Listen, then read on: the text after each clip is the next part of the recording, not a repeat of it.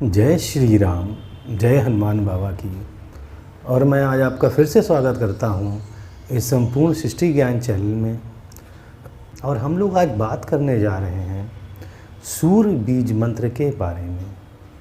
इसमें हम बताएंगे कि अगर कुंडली में सूर्य कहाँ पर बैठे हों, या अगर किसी चीज़ की परेशानी हो, या कोई परीक्षा दे रहे हों, तो इसके बारे में आज हम आपको सब कुछ बताएंगे, परंतु संक्षेप में बताएंगे। तो चलिए शुरू करते हैं। शुरू करने से पहले जय श्री राम, जय हनुमान बाबा और भगवान सूर्य की जय। देखिए, ऐसा है कि जो भगवान सूर्य हैं, अगर वो ना हो तो ये सृष्टि ख़त्म हो जाए, क्योंकि जो भी ऊर्जा हम इस्तेमाल करते हैं वो सब भगवान सूर्य की ही दी हुई है। तो इसलिए हमारे जीवन में भगवान सूर्य एक बहुत ही महत्वपूर्ण स्थान रखते हैं, और इतना वह महत्वपूर्ण है कि अगर भगवान सूर्य ना हो तो हमारी सृष्टि बिल्कुल ख़त्म हो जाए। तो आज हम चूँकि बात करने जा रहे हैं इस सूर्य बीज मंत्र की, तो हम पहले बताएंगे कि सूर्य बीज मंत्र क्या होता है, कैसे पढ़ते हैं, और फिर उसके आगे की चीज़ें बताएंगे आपको। देखिए, सूर्य बीज मंत्र इस प्रकार है: ओम राम रीम रोम सह सूर्याय नमः।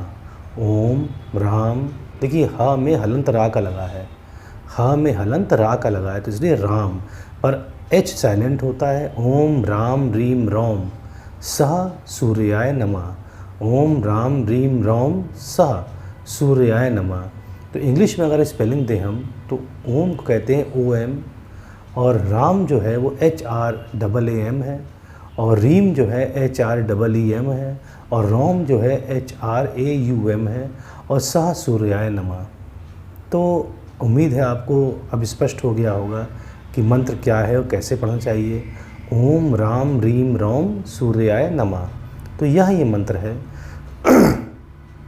अब देखिए, जो यह मंत्र है इसे आप जब जप करें, जब आपकी कुंडली में अगर सूर्य की दशा चल रही हो और सूर्य अशुभ हो, तब इस मंत्र का जाप करेंगे तो आपको जो अशुभता प्रदान सूर्य कर रहे हैं वो अशुभता तो है न्यूनतम हो जाएगी।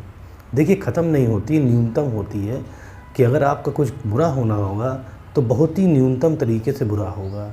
जैसे मान लीजिए आपको योग है कोई बहुत बड़ी बीमारी का, तो हो सकता है कि बहुत छोटी या बीमारी हो जाए और थोड़े दिन में वो ठीक हो जाए।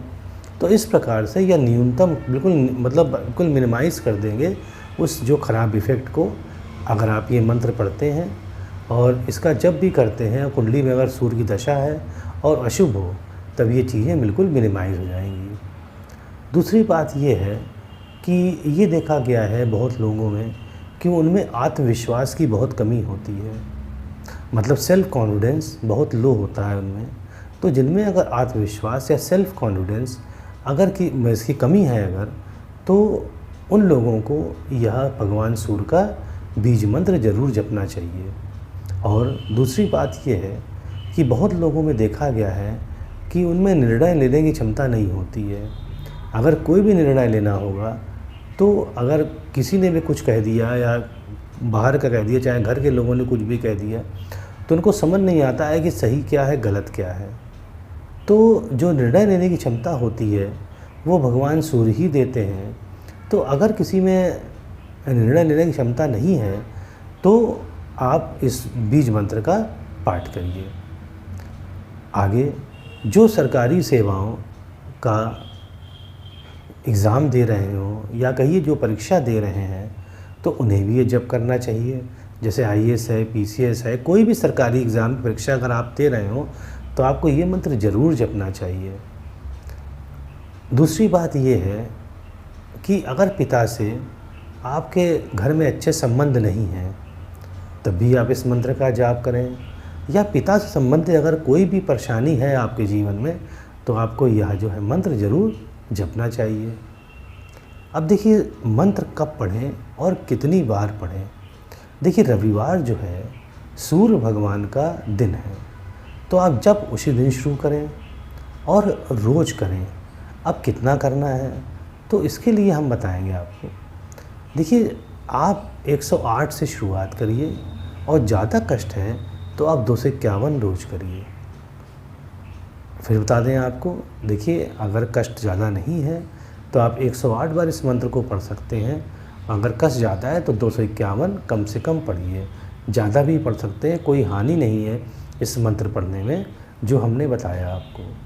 तो देखिए, हमने आपको एक बार फिर संक्षेप में बता दें कि यह मंत्र उसे जप करना चाहिए जिसकी कुंडली में सूर्य की दशा हो और अशुभ हो, या जिनमें आत्मविश्वास की कमी हो, या जिनमें निर्णय लेने की क्षमता बहुत कम हो।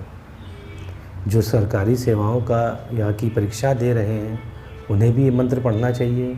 और अगर पिता से अच्छे संबंध नहीं हैं तब तो मंत्र आप ज़रूर पढ़ें ये वाला। और रविवार को आपको मंत्र पढ़ना, शुरुआत मंत्र करनी है, रोज़ पढ़ना है आपको।